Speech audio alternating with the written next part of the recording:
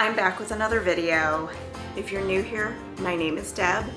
I make a lot of art content, I guess you could say. Painting, drawing, sketching, some sketchbook tours, all that stuff. You know, if you're into that, subscribe. And if you're coming back, hello, gorgeous. You might have been here last week, possibly, and if not, for the last 2 weeks, where I did some paintings. And one I loved, and one I was not feeling so good about. But I'm gonna give you a little sneak peek. I'm much happier with it now.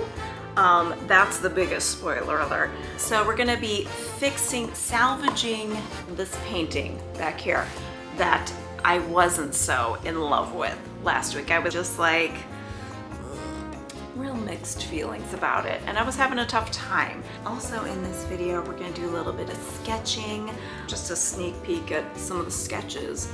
Yeah, I don't know what else to say. I guess thank you for being here. I appreciate you. And roll that beautiful bean footage. So I've been looking at this for a hot minute, a couple of days now. I went over, the lighting is terrible because we are having yet another thunderstorm, but I went over, so originally, you're not gonna be able to really tell very well. It's so slight, but this is the paint color originally, which was just my own mix, like magenta pink, but I wanted a brighter neon pink, and I thought maybe that's what I needed. So what I did was go over this, the spots and stuff on this mushroom and this star. I don't know if you can see the difference here and there, how it's darker here and brighter there. And I thought maybe that's what I like better. And next to the yellow, I like it. It's just, I think it's just too jarring of a contrast for my eyes on here. So what I'm gonna try is to go over everything with this like deep green in hopes that maybe that will feel better to me. So I'm gonna do that now and see how it looks.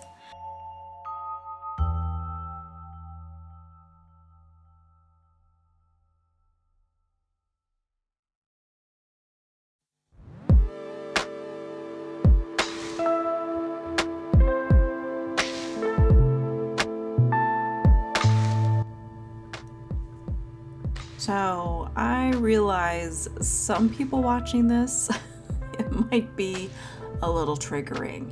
If you watched the previous week and were rooting for the colors to leave them as they were, and I completely understand and respect that. And I have to tell you, I waited about 48 hours, or was it 3 days? Either way, I woke up this particular day and was like, I know what I need to do. Like, I woke up with the color in my mind. I think it was like I was actually like dreaming about it and like woke up like, this is the color combo I need. So going over that with a second layer of Kelly green, that bright green, really helped neutralize the hot pink, even though you can see it through, like on all those big spots and the gills underneath the mushroom cap. You can see it, but it helped neutralize it. But that green layer, it needed another coat because it was just a little too thin in spots and looked kind of spotty or splotchy and uneven. And when I started putting on this dark green, I was really like, yep, right decision. It's not, I actually really like this color combo, and I think it was, someone left a comment, I want to say it was Monica, who said that it reminded them of a blacklight poster. If that was you, Monica, Thank you. That is exactly what I was thinking. Or if it wasn't you, I'm so sorry for getting your comment confused. I'm trying to remember off the top of my head.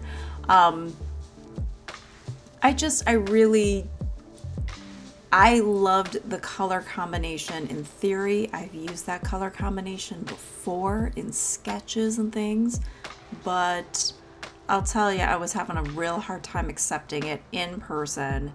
It was just too sharp of a contrast. Here you'll see me posting. I was taking a photo for the community post. I'll pop it up here on the screen.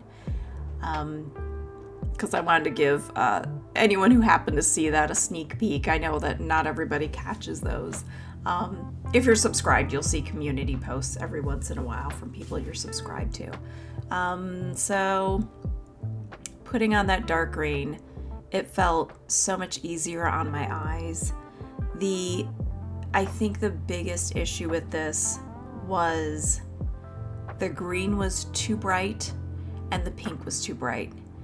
If you can just see like the hot pink next to the dark green, that actually looks pretty good. I think if it were some kind of like a deep pink, I don't know how much darker I really could have gone with the pink without making it red. I think it could have worked, but I think the dark green with the pink would have worked. I love the pink against the yellow. So I thought for a bit when it came to the stars, but you'll see what happens with that. And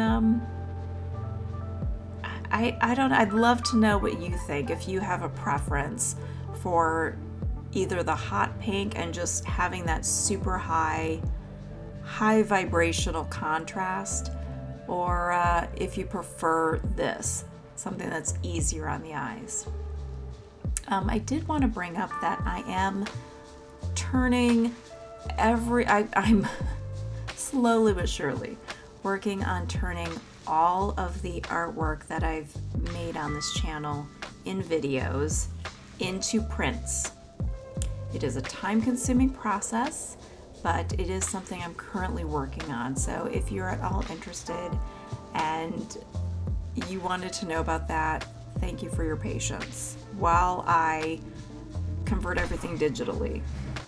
Some artwork is scanned and it's already been uploaded to my iPad, and I have been either editing it heavily in my iPad to color correct, because when you take a physical painting, physical drawing, traditional art, and you scan it, it never comes out exactly perfect. There's some color correcting to do, and that takes a bit of time. I also have to sharpen up the details, so a lot of things I have to redraw, recolor in. Some of the colors that are really, like if I have a light pastel color, it gets so washed out. So there were a couple pieces where I really had to kind of redo all the colors.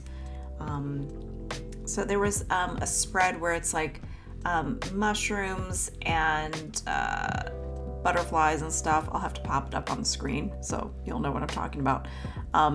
That one I'm working on. It's not quite done yet, but it's like everything's taking a long time. So I am working on it, but I also am working on, I have to work on some holiday card designs too. So that's a whole nother thing. That's for my business.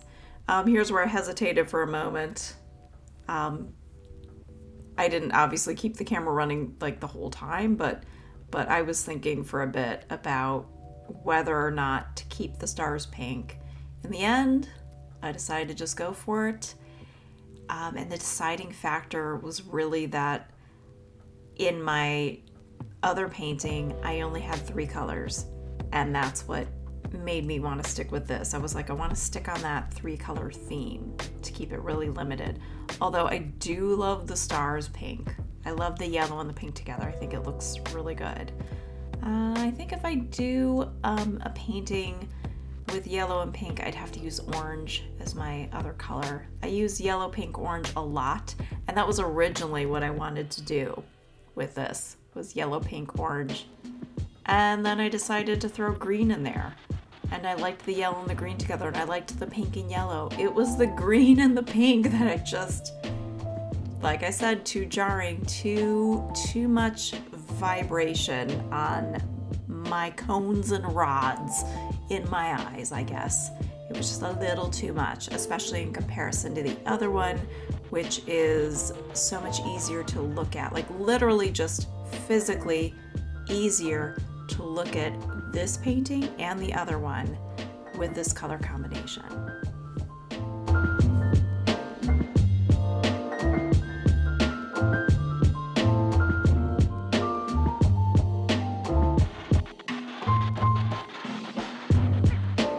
I was ready to loosen up at this point and have a nice little sketch session. So I put on a replay of the art hang party. You can go to Melissa Martin's channel, click on the live, and her replays and the live stream is there. So as you can see, the theme of this one was vintage toys, and I love doing Art Hang Party live. Unfortunately, this summer has been crazy, and she does a live stream every Thursday night, every week. Well, Thursday in the Northern Hemisphere, in Northern America at least. So it's at 7 p.m. like Eastern Standard Time. You'd have to look elsewhere. But she always has it posted so you can kind of have a notification come up. So these are so great, and I know I've talked about Art Hang Party before. I'm I'm not being paid by Melissa or anything, but I don't remember how it all started. It started first with Sophie McPike doing live streams and her Patreon, which I always wanted to join, but it was always like right at dinner time. So I just could never swing it. And it always looked like a blast to me, but for whatever reason, I could never get the time right. I'd always forget what day because Australia is in the future and we're living in the past over here. But the vintage toys themes, I really wanted to do that one live if possible, but I missed it and it was several weeks ago, and I've missed like all of the live ones this summer. But it was a lot of fun doing these and just having time to loosen up. And I'm not doing all these obviously in real time because I think it would take a while, but usually the timer is set for like 2 minutes, sometimes 1 minute, sometimes 2 minutes, 3 minutes. I know we did a figure drawing one where I think she even extended it to like 5 minutes because we were all like, this is painfully hard. Like it was just too much of a challenge. You want that. The timer's great to challenge you to just pick out the important shapes and lines that you need to get down, and just like not overthink it. But I know when I watch a replay and do it, I don't necessarily stick strictly to the time. So some of these, I spent maybe 30 seconds longer on, or I stopped drawing it, but usually I spent like a little bit longer on it. When I'm working with just like a pen and doing just one color, it's kind of easy peasy. I've tried painting. That is tougher because I find myself like swishing my paintbrush around in the water, like quickly trying to get the next color down. And even just using markers can be, I find myself sweating and getting nervous, like nervously changing out the colors. But for some of these toys, I wanted to get the color. This bear was, if you saw the photo that popped up, interesting looking. It's reminded me of like childhood toys I had, like 70s and 80s, where it's like I had a lot of hand-me-downs from my sister and stuff, so I still had stuff from the 70s and a lot of stuff, obviously from like the 80s and everything. But some of them, you look at these things and you're like, I cannot believe we as children played with this kind of stuff. I have this chimpanzee stuffed animal, and it's called Zip, and I think it was big in the 70s. I think my parents must have got it when I was like 2 or 3 years old, like really little. It is like my children, when they saw it, they were like, that is nightmare fuel. There's no way. I don't want to see that in the house. It's hiding up on a shelf in my closet. I recognize, like, objectively speaking, I'm like, yes, it's kind of creepy looking. but I loved Zip. Zip was my bedtime buddy. Like, and he had like these very realistic looking hands, which, oh my God, maybe next video, one of these videos I'm gonna have to show you, because I had a real bad thumb sucking problem, and so I used to also put Zip's thumb in his little chimpanzee monkey mouth, and we would both suck our thumb at night. So is that oversharing? I'm sorry. But I highly encourage you, if you need some sketching practice and you're just like, I don't know what to draw, it's such a great resource. So whether you do, Sophie McPike now offers a live stream, I think twice a month, and does a replay called the Scribble Brigade. And then Melissa has the Art Hang Party. Going live is a lot of fun. I don't know how she draws, reads comments, responds, and keeps the whole thing going. I would be a nervous wreck and a sweaty mess if I were doing it, so kudos to her. I will put all the links below for that, and I would encourage you to check it out. Well, what do you think? I like him. I think he's looking pretty cute, if I'm being totally honest. And I don't care if it's tooting my own horn. I feel good about it. And I feel like these are better, paired together better. I am gonna do another one, and I think I'm gonna go in the blue tones.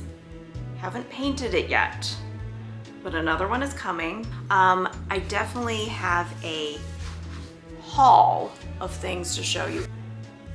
A bunch of stuff. I have things to show you that I have picked up over the last couple months that I would love to share with you, including stuff from small independent artists, art books, and yeah, so I was thinking next week of doing that. So if you're still here, could you do me a favor if you made it all the way to the end of the video and put like a mushroom emoji in a comment, just so I know. I just wonder if anybody makes it to the end of the video. Or someone's like, we're out. We out. All right, I will see you next week, and I hope you have a lovely day. So take care of yourself, and I'll see you soon. Bye. I'm distracted by a hummingbird. Hold on. Dang it, it flew away. You're just gonna have to trust me that it was really cute.